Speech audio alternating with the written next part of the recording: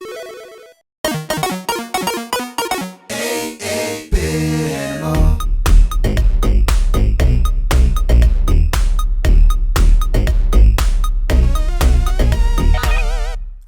you doing, good people? This is the 8-Bit Animal, and today we're going to talk about a title from Activision. Now, Activision, long before they're the company that we know now, was founded in October of 1979 by 4 former Atari employees: David Crane, Larry Kaplan, Alan Miller, and Bob Whitehead, who got tired of not being treated fairly by the higher-ups at Atari. Atari's head at the time, Ray Kassar, or Kaiser, how the hell you say his name, called them towel designers and told them that anybody could make a game cartridge. Those 4 men left. They raised capital, and they started Activision, which was originally called Computer Arts Incorporated until they could come up with a better name. Now, Activision, as far as the Atari 2600, made masterpieces. River Raid, Pitfall, Pitfall 2, Hero, Barnstorming. All these incredible games, right? You would think that when it was time to jump to the NES with added horsepower, a controller designed for more intuitive input, all that stuff, that they would do fantastic things there. Nah. By and large, Activision kind of stunk up the joint on the NES. Today's game, however, wasn't bad, but it served as inspiration for later titles. Most notably, a title from Interplay called Rock and Roll Racing. This game was released in 1990, 91, around that time. And it's an interesting little take on racing games. Today, we're going to take a look at Galaxy 5000. Alright, now Galaxy 5000 takes place in the distant future. And it's a racing game. You control these different crafts.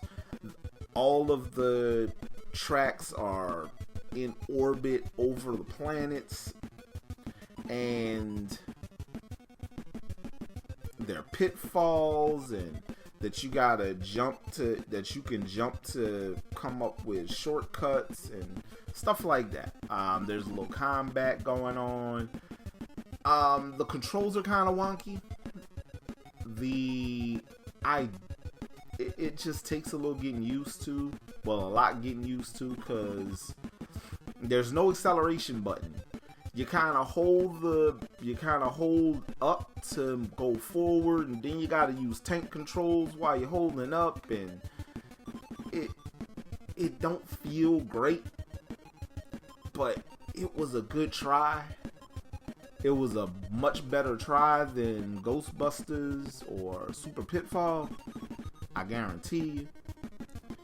But yeah, this game ain't bad. It's just it had some design choices, and said the design choices leave you with hand cramps. Don't nobody want hand cramps when they're playing a game, especially a racing game. You kind of just want an acceleration button, a button to do whatever else, and you use the directional pad just to steer. And with this game having the setup kind of like RC Pro-Am, where it's kind of isometric, you need good controls. And this game kind of has controls. Now, one of the things that happens in this game, you win races, you get money, you can use that money to repair your ship, which you see the visible damage after races, and you can see the repairs happen as you dump money into your ship. Each planet or each system or whatever race type has different ships, which is a cool little touch. And there's also 2-player racing here. The problem with the 2-player racing is that if one racer gets too far ahead, the game will just kind of shove the one that's lagging behind ahead on the track to kind of catch it up. So it just don't feel right. It don't feel right. 2-player racing in this game feels like a chore, and it feels like a headache. But I give Activision credit for trying here, because I want to say this was the only racing game they put out on the NES, but they put out a lot of other stuff on the NES, and most of that other stuff was absolutely atrocious. But hey, they tried, right? Now, if you want a copy of Galaxy 5000,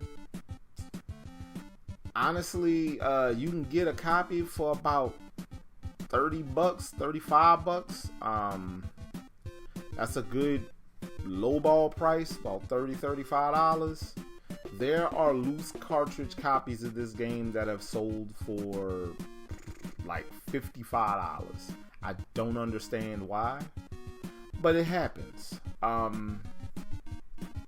It's a really weird thing that happens with games like this, where you don't necessarily know how much it's gonna go for, and there's a lot of speculation that happens. I don't know if y'all know this.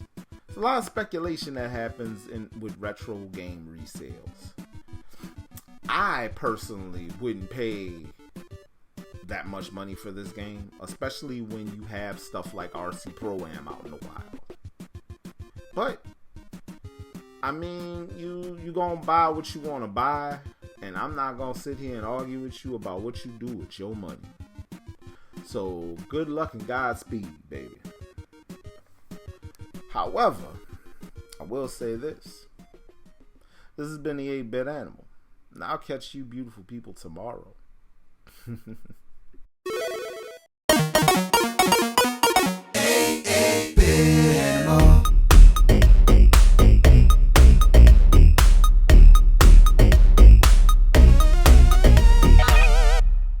Tomorrow.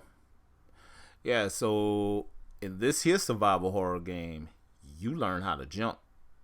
Too bad, the bad guys know how to jump too.